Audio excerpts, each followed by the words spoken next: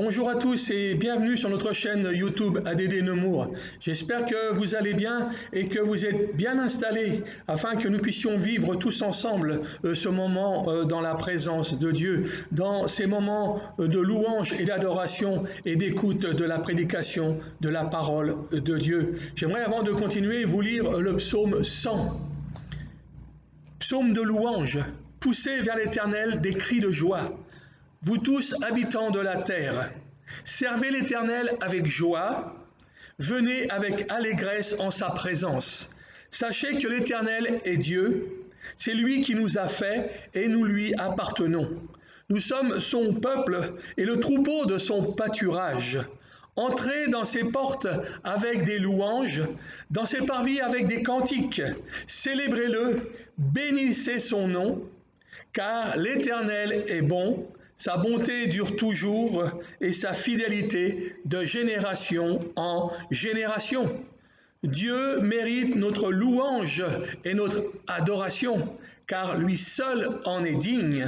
Alors ce matin, entrons dans sa présence avec des louanges, célébrons-le, bénissons son nom, à lui soit toute la gloire. Soyez bénis dans ces temps de louange et à tout à l'heure.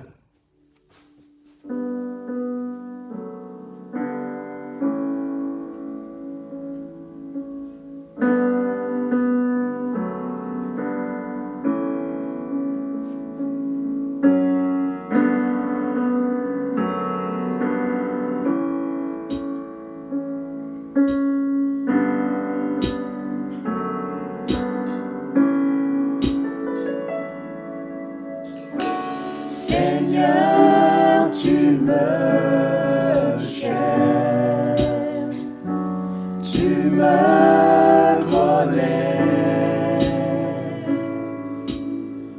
et si je t'oubliais, je sais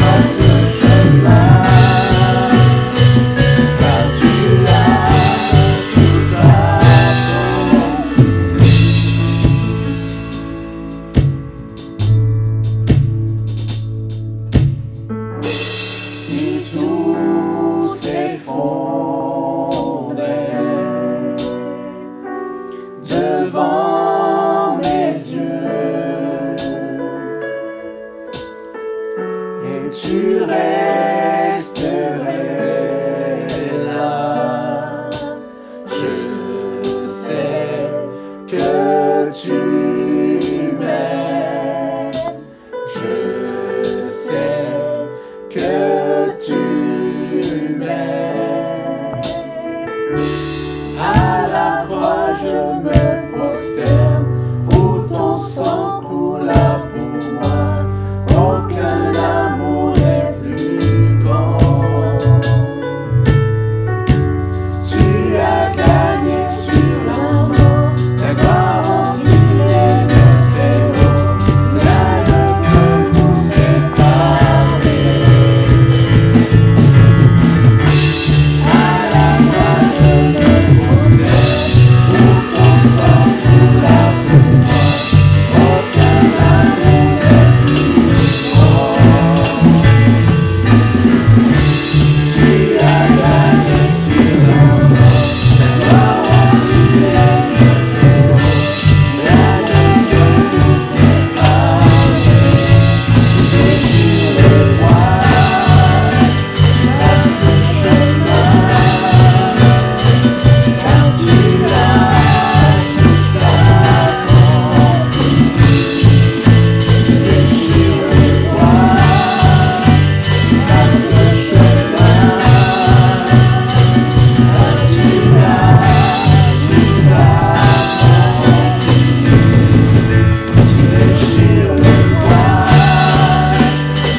le chemin, car tu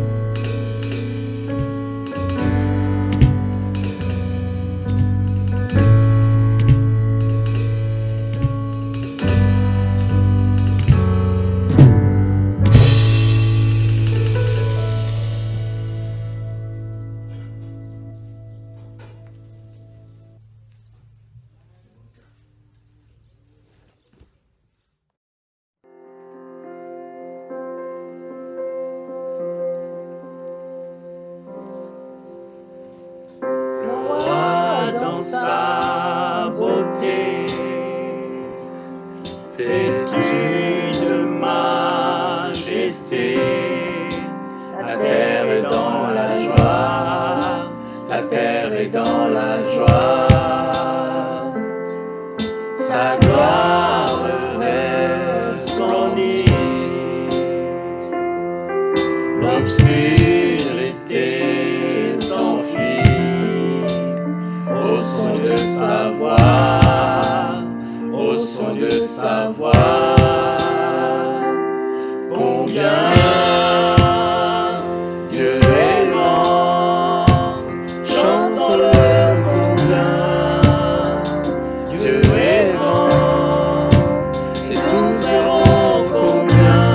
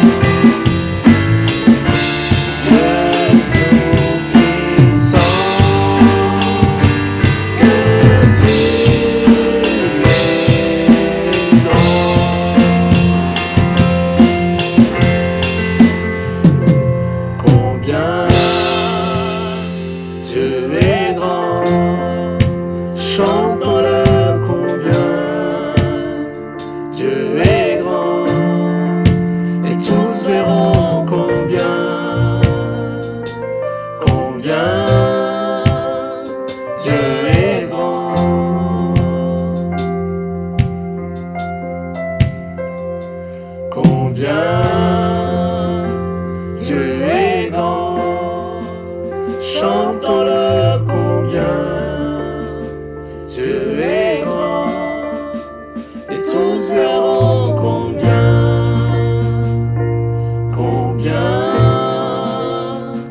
Dieu est grand.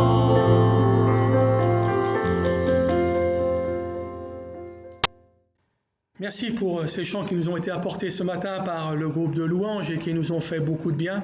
Avant d'aller plus loin, j'aimerais que nous puissions préparer ce temps de Sainte Seine. Alors, si vous avez du pain, du vin ou du jus de raisin, merci de les tenir à disposition afin que nous puissions prendre la communion tous ensemble après le message. Le titre du message ce matin s'intitule « Vivre le succès avec Dieu dans notre vie ». Voilà, prions. Seigneur, merci pour ta parole qui est annoncée ce matin.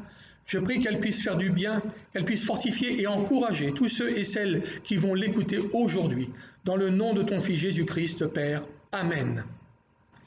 Vivre le succès avec Dieu dans notre vie. Voilà un sujet intéressant aujourd'hui. Oui, c'est possible de vivre le succès avec Dieu dans notre vie, mais peut-être pas celui auquel nous pensons. À partir du livre du prophète Daniel, nous allons voir 4 clés pour atteindre le succès avec Dieu dans notre vie. Daniel a utilisé ces clés sans penser que celles-ci lui donneraient de prospérer et d'arriver à la position dans laquelle il s'est retrouvé alors qu'il ne la recherchait pas du tout. Daniel a vécu une période de succès dans sa vie malgré les difficultés qu'il a traversées. Il a été déporté, il a perdu son identité pour enfin finir à la fin dans la fosse aux lions. Cet homme a été un grand prophète, mais aussi un premier ministre qui a survécu à plusieurs rois et plusieurs royaumes qui sont passés, mais lui est resté tout en gardant sa position. Il est difficile d'imaginer mieux comme succès. Qui d'entre nous n'aimerait pas connaître la réussite ? Le succès dans tout ce qu'il entreprend. Dieu nous a donné tous les ingrédients pour vivre, s'épanouir et réaliser le plan et les projets qu'il a pour chacun d'entre nous.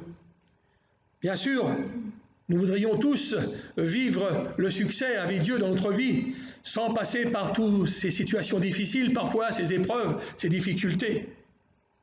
Mais que la volonté de Dieu se fasse. La première clé, c'est Daniel était un homme intègre. Daniel, chapitre 1, verset 8, nous dit « Daniel résolut de ne pas se souiller par les mets du roi et par le vin dont le roi buvait. Et il pria le chef des eunuques de ne pas l'obliger à se souiller. » Le climat moral à l'époque à Babylone était entièrement païen. L'enseignement que recevaient Daniel et ses compagnons était souvent en contradiction avec la loi et les principes justes de Dieu. Dans la culture de l'époque, bien souvent, on commençait le repas par un sacrifice de libation, c'est-à-dire qu'on offrait du vin aux divinités et une partie de viande, et ensuite on mangeait. Paul nous a enseigné là-dessus dans 1 Corinthiens chapitre 10, verset 19. « Que dis-je donc ? Que la viande sacrifiée aux idoles est quelque chose ? Ou qu'une idole est quelque chose? Nullement. Je dis que ce qu'on sacrifie, on le sacrifie à des démons et non à Dieu. Or, je ne veux pas que vous soyez en communion avec les démons. » Donc Daniel décida dès le début de ne pas se souiller. Il ne voulait faire aucun compromis avec ses convictions, même si cela devait signifier la mort. Il était intègre dans toutes les voies de Dieu, c'est-à-dire entier, juste, honnête et vertueux avec une bonne morale. Quel exemple pour nous aujourd'hui, quel exemple pour tous les jeunes aujourd'hui.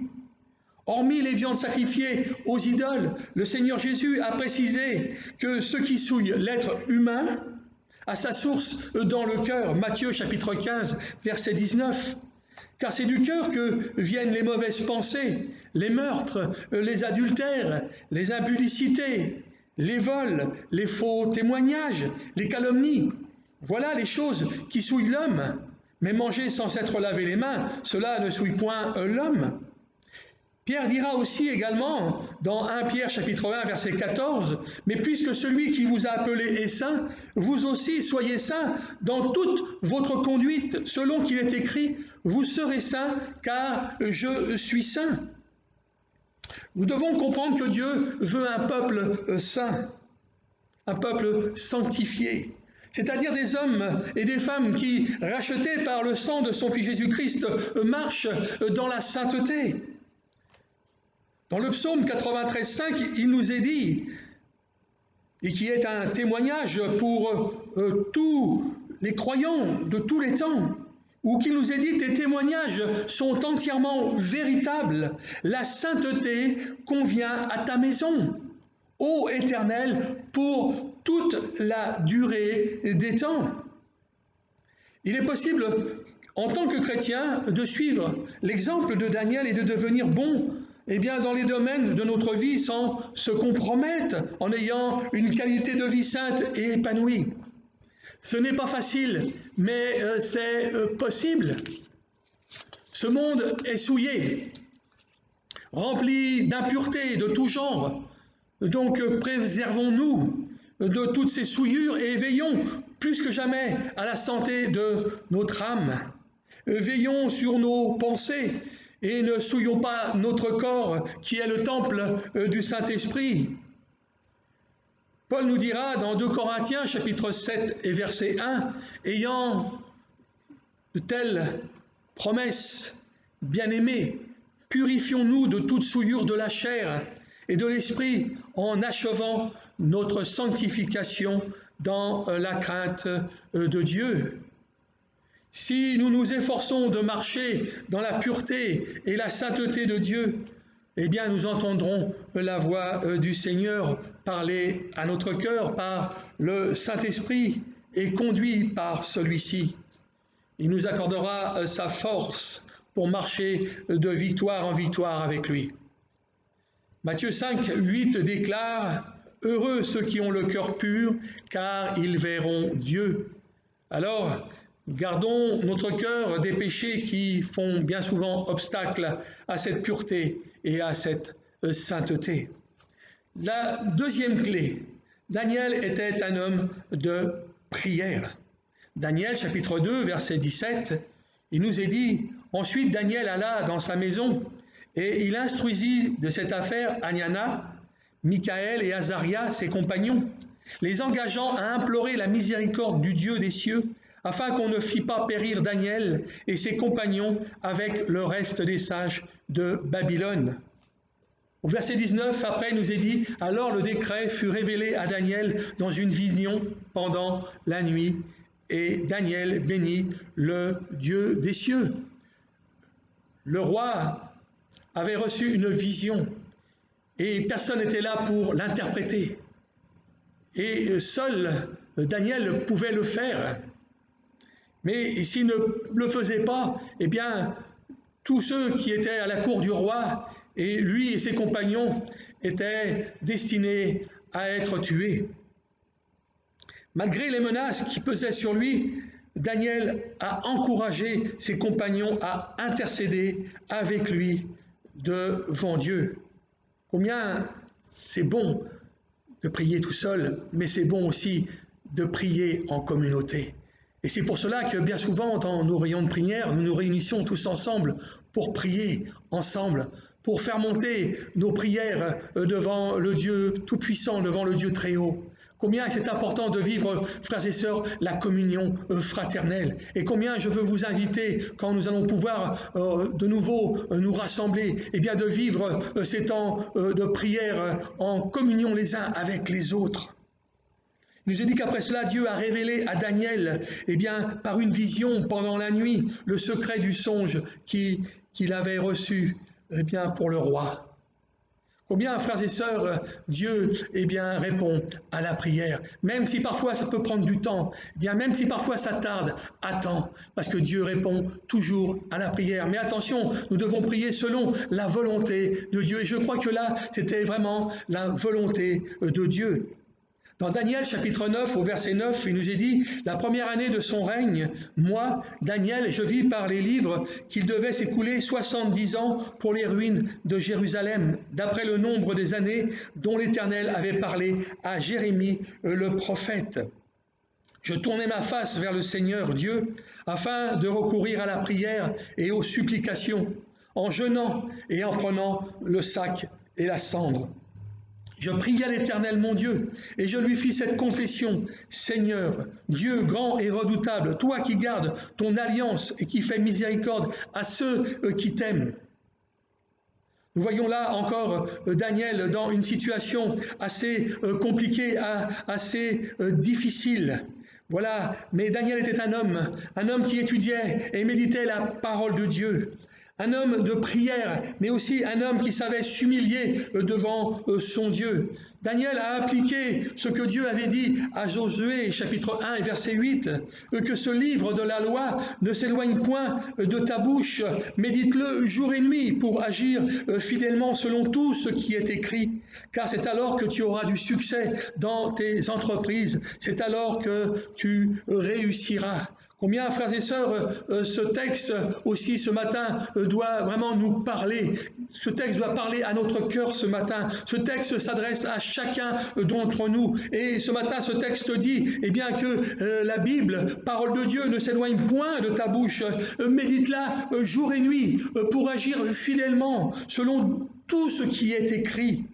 Alors, c'est alors que tu auras du succès dans tes entreprises. C'est alors que tu réussiras. Combien, frères et sœurs, il est important de nous appliquer à lire la parole de Dieu, à l'examiner, à aussi la méditer en profondeur, à savoir ce que Dieu veut pour chacune de notre vie. Alors, si nous suivons tous ces préceptes dans la Bible, alors, comme nous dit ce texte, nous allons avoir du succès dans nos entreprises, dans nos projets, et c'est alors que nous allons réussir. La prière a la puissance de changer, frères et sœurs, les circonstances, les temps, les situations, les choses qui semblent inchangeables et qui bien souvent bloquent l'influence qu'aimerait exercer le diable sur chacune de nos vies. C'est valable aussi pour nous, enfants de Dieu. La parole de Dieu et la prière ont encore de l'effet. Nous voyons là que la foi de Daniel s'est mise en action. Il n'est pas resté passif, mais a prié pour l'accomplissement de la prophétie de Jérémie. Il s'est emparé des promesses de l'Écriture. Que faisons-nous quand nous rencontrons parfois des problèmes ? Est-ce qu'il faut attendre que nous passions par la difficulté ou par les problèmes ou par les épreuves pour nous adresser à Dieu ? Nous pouvons nous adresser à Dieu en tout temps. Alors n'oublions pas la prière, frères et sœurs, fait bouger le bras de Dieu. La troisième clé, Daniel était un homme fidèle. Dans Daniel chapitre 6, à partir du verset 4, la Bible dit « Alors les chefs et les satrapes cherchèrent une occasion d'accuser Daniel en ce qui concernait les affaires du royaume. Mais ils ne purent trouver aucune occasion, ni aucune chose à reprendre. Écoutez bien, parce qu'il était fidèle. » Et qu'on n'apercevait chez lui ni faute, ni rien de mauvais. Et ces hommes dirent, nous ne trouverons aucune occasion contre ce Daniel, à moins que nous n'en trouvions une dans la loi de son Dieu. Voyons encore là Daniel, encore face à une situation critique, une situation difficile. Voilà ses collègues qui veulent le faire tomber. Tout ça par jalousie. Daniel était irréprochable, intègre, et faisait passer la volonté avant sa propre vie. Il faisait passer la volonté de Dieu avant sa propre vie. Il donnait un beau témoignage autour de lui et devant ses collègues. Pas toujours facile, quand nous savons que nos collègues nous veulent nous mal, et puis que nous restons là dans l'attente de ce que Dieu va réagir dans la situation. Il était honnête dans les affaires du royaume, dans la gestion des affaires de la cour. Nous voyons que ses collègues reconnaissaient que Daniel était un homme fidèle et intègre, et cela se voyait, cela se savait. Nous ne trouverons aucune occasion contre ce Daniel. Quel beau témoignage de cet homme. La Bible relate bon nombre d'exemples d'hommes et de femmes qui vécurent dans une parfaite fidélité à Dieu et qui furent récompensés pour cela, à l'instar de Moïse, qui fut fidèle dans toute la maison de Dieu, nous dit Hébreux chapitre 3 et verset 5. Que veut dire être fidèle à Dieu? Eh bien, si ce n'est simplement lui obéir, observer sa parole, avoir une bonne conduite, faire ce qui lui convient, lui être agréable. Et cette définition est bien décrite dans Michée chapitre 6, verset 8. On t'a fait connaître, ô homme, ce qui est bien. Et ce que l'Éternel demande de toi, c'est que tu pratiques la justice, que tu aimes la miséricorde et que tu marches humblement avec ton Dieu. La fidélité est le fruit de l'esprit, mais il ne nous est possible de le reproduire que si nous restons attachés à Jésus comme le sarment est attaché au cep. Par-dessus tout, nous devons être fidèles dans notre obéissance au Seigneur. Le jour où nous le verrons face à face, nous ne serons pas jugés pour notre réussite sociale, ni même sur tout ce que nous aurons pu donner ou fait comme bonne œuvre. Nous serons jugés sur notre fidélité par rapport à ce que Dieu nous a demandé de faire. N'aimeriez-vous pas entendre ces paroles? Son maître lui dit, « C'est bien, bon et fidèle serviteur, tu as été fidèle en peu de choses, je te confierai beaucoup, entre dans la joie de ton maître. » Matthieu chapitre 25, verset 23. C'est bien, bon et fidèle serviteur, tu as été fidèle en peu de choses, entre dans la joie de ton maître. Alors soyons fidèles à nos engagements envers Dieu, aux réunions de prière, à nos études bibliques, au culte, à nos offrandes. Soyons fidèles à nos affaires, dans nos affaires, à notre époux, à notre épouse. Soyons fidèles en toutes choses. Il nous est dit dans Proverbes chapitre 3, verset 3, que la bonté et la fidélité ne t'abandonnent pas. Lis-les à ton cou, écris-les sur la table de ton cœur. Que la bonté et la fidélité ne t'abandonnent pas. Alors, appliquons ce que Dieu a dit à Josué, nous l'avons lu tout à l'heure.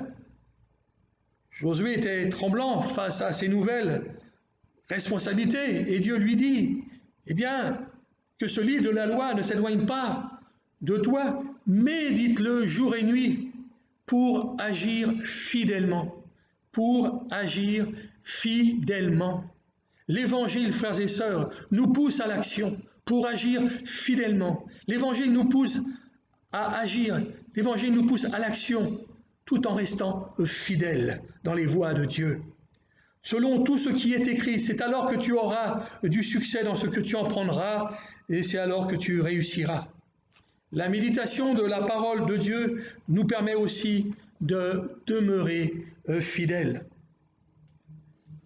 La quatrième et dernière clé, Daniel était un homme de foi. Dans le livre de Daniel, chapitre 6 et verset 23, il nous est dit après cela que le roi fut très joyeux et il ordonna qu'on fît sortir Daniel de la fosse.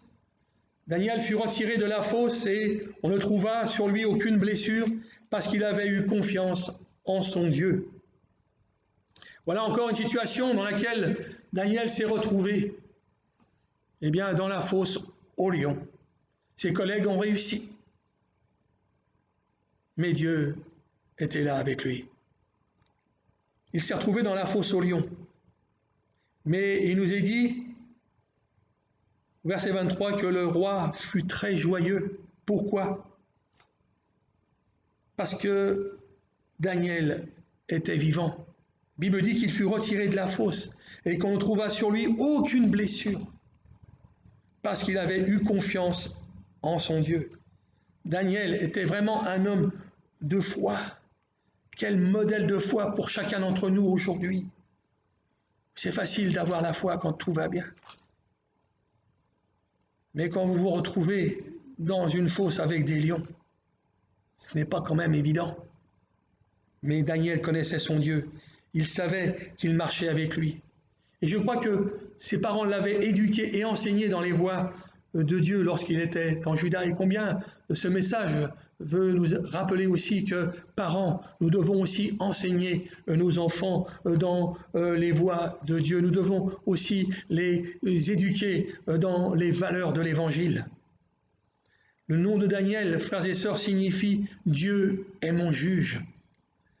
Alors, c'est vrai que se retrouver dans une fosse au lion n'a rien de marrant, et ça n'a pas été une chose facile pour Daniel, parce qu'il lui fallait quand même une bonne dose de foi.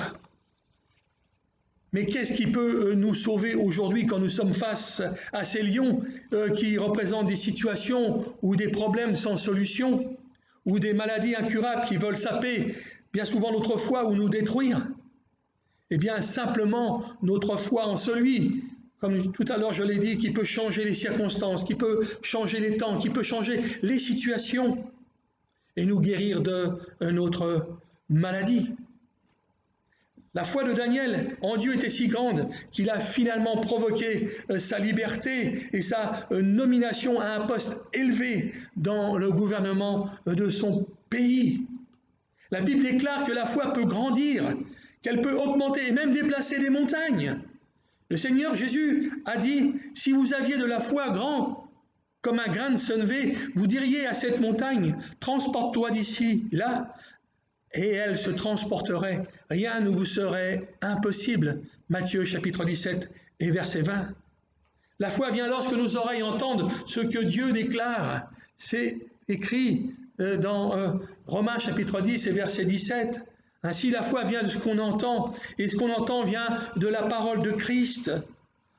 En entendant la parole de Dieu chaque jour, eh bien, elle prend racine dans nos cœurs et transforme nos pensées. Combien nous avons besoin, frères et sœurs, de nous nourrir de la parole de Dieu chaque jour. L'homme ne vivra pas de pain seulement, mais de toute parole qui sortira de la bouche de Dieu. Mon frère, ma sœur, la Bible dit que tout ce qui a été écrit l'a été pour notre instruction, afin que par la patience et la consolation que donnent les Écritures, nous possédions l'espérance. Romains 15, 4. Alors, les situations que Daniel a vécues ont été écrites pour toi, pour moi, pour nous aider dans l'art de nous libérer de tout problème, de toute situation qui voudrait nous emprisonner dans ce monde, en nous tenant esclaves de ce qui voudrait triompher, eh bien, de nous. Alors, je voudrais terminer avec un dernier point, avec une question pour conclure. Qu'est-ce que le succès ?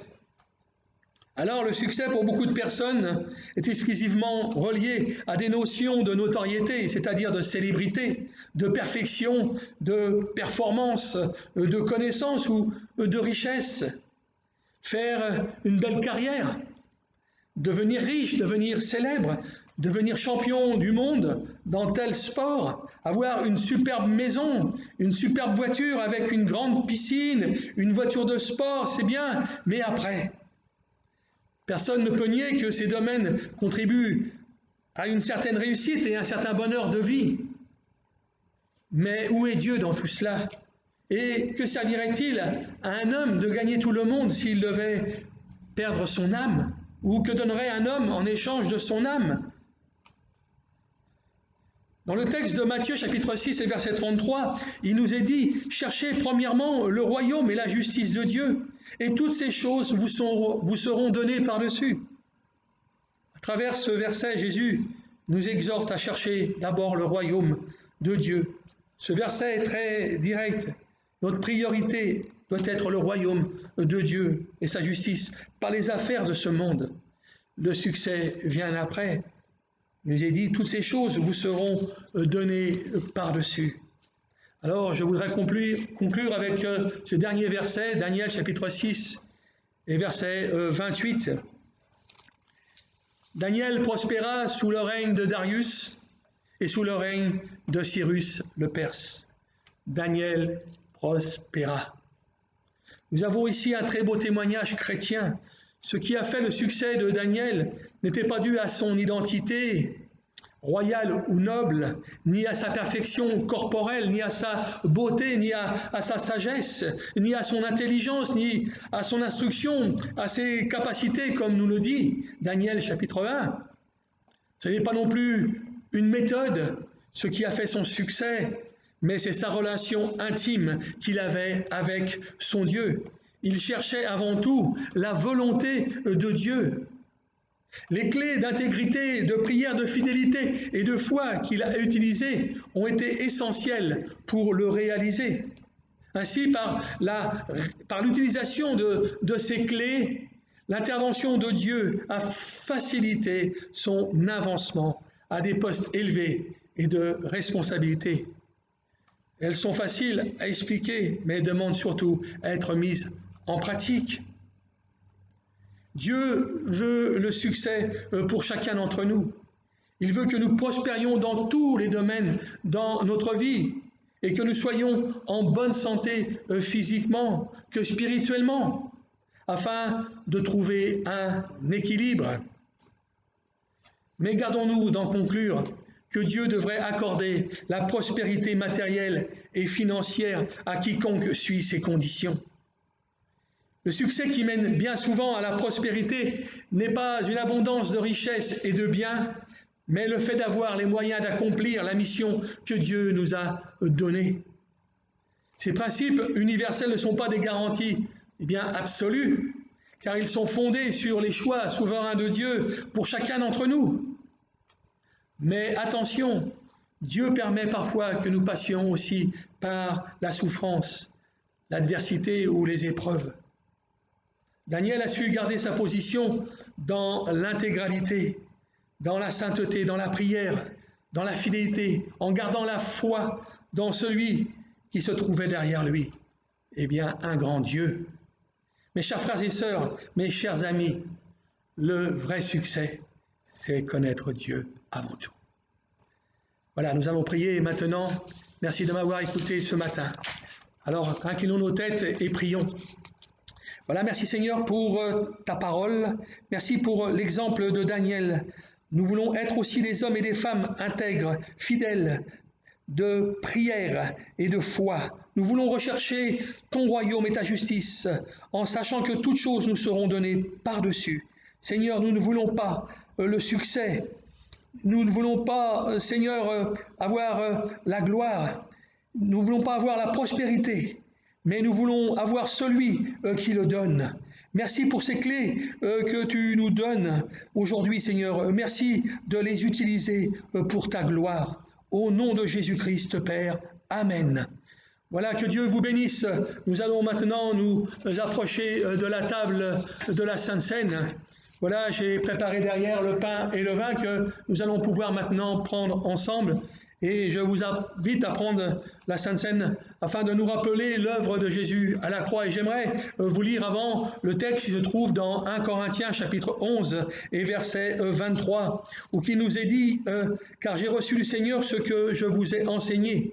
C'est que le Seigneur Jésus, dans la nuit où il fut livré, prit du pain et après avoir rendu grâce, le rompit et dit « Ceci est mon corps qui est rompu pour vous. Faites ceci en mémoire de moi. » De même, après avoir soupé, il prit la coupe et dit « Cette coupe est la nouvelle alliance en mon sang. Faites ceci en mémoire de moi toutes les fois que vous en boirez. Car toutes les fois que vous mangez ce pain et que vous buvez cette coupe, vous annoncez la mort du Seigneur jusqu'à ce qu'il vienne. C'est pourquoi celui qui mangera le pain ou boira la coupe du Seigneur indignement sera coupable envers le corps et le sang du Seigneur. Que chacun donc s'éprouve soi-même et qu'ainsi il mange du pain et boive de la coupe.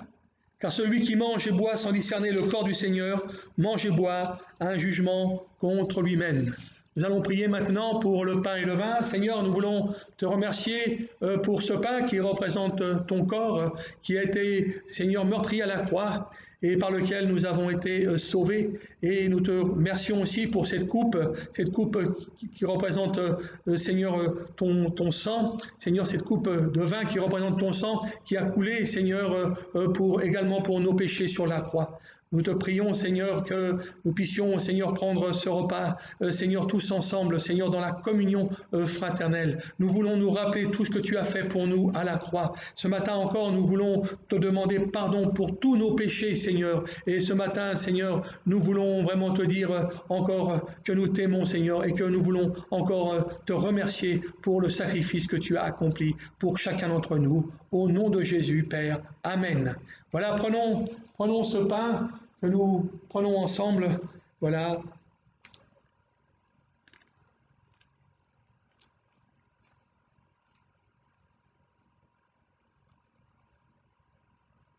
Et prenons ce vin qui représente le sang du Seigneur qui a coulé sur le bois de la croix pour la rémission de nos péchés.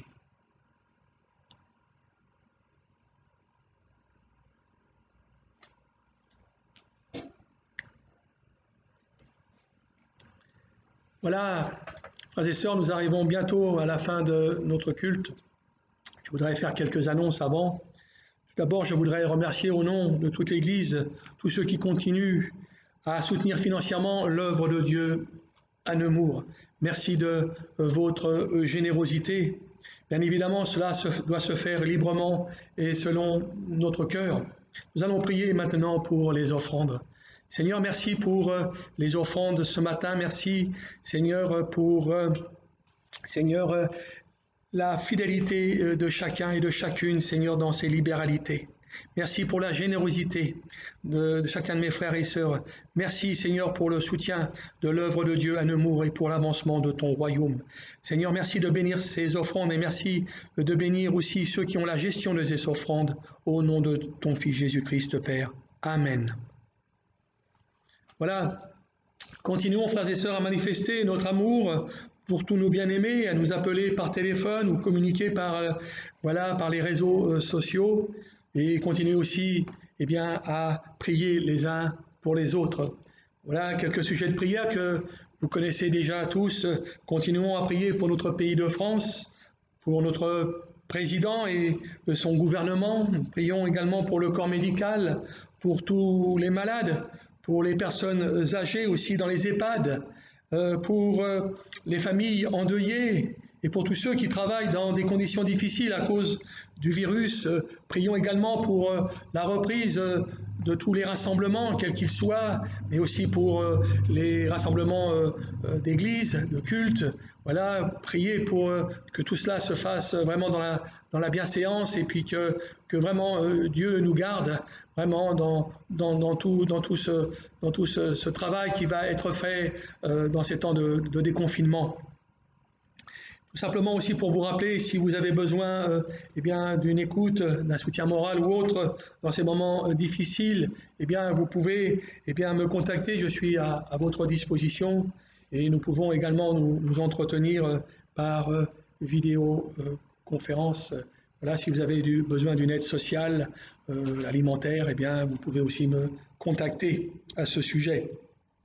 Pour terminer ce culte, je vous propose d'écouter ce chant par notre frère Georges Elliott, qui est actuellement en Guadeloupe. Et ce chant s'intitule « Te ressembler, Jésus ». Voilà, bon dimanche à tous et que Dieu vous bénisse et à mercredi prochain pour notre réunion de prière en visioconférence. Voilà, à bientôt. Merci au pasteur pour ce message. Nous voulons enchaîner avec ce chant qui dit « Seigneur, te ressembler, c'est mon espoir suprême, c'est mon désir suprême. »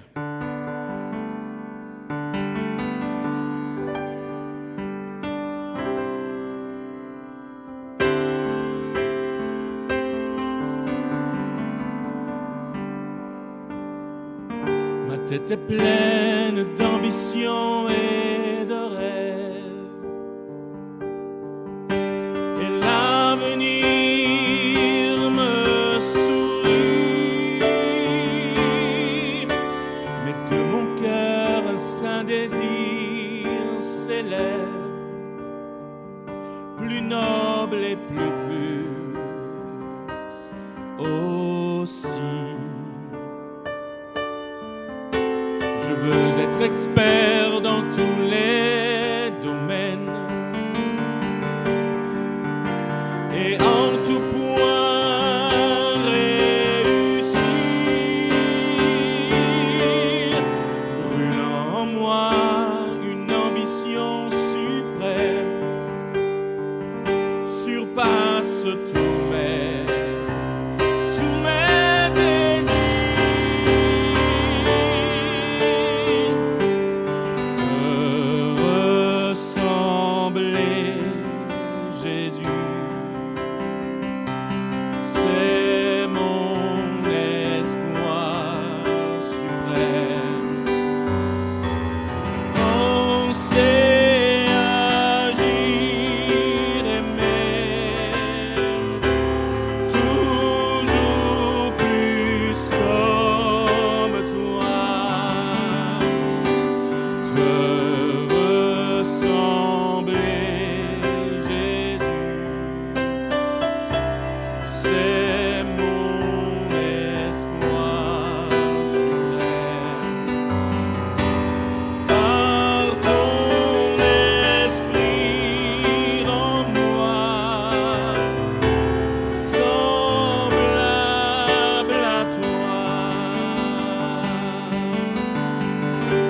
m'en coûte, j'ai choisi la vie, dont l'idéal est Jésus. Lui ressembler sera ma seule envie, rien d'autre ne compte plus.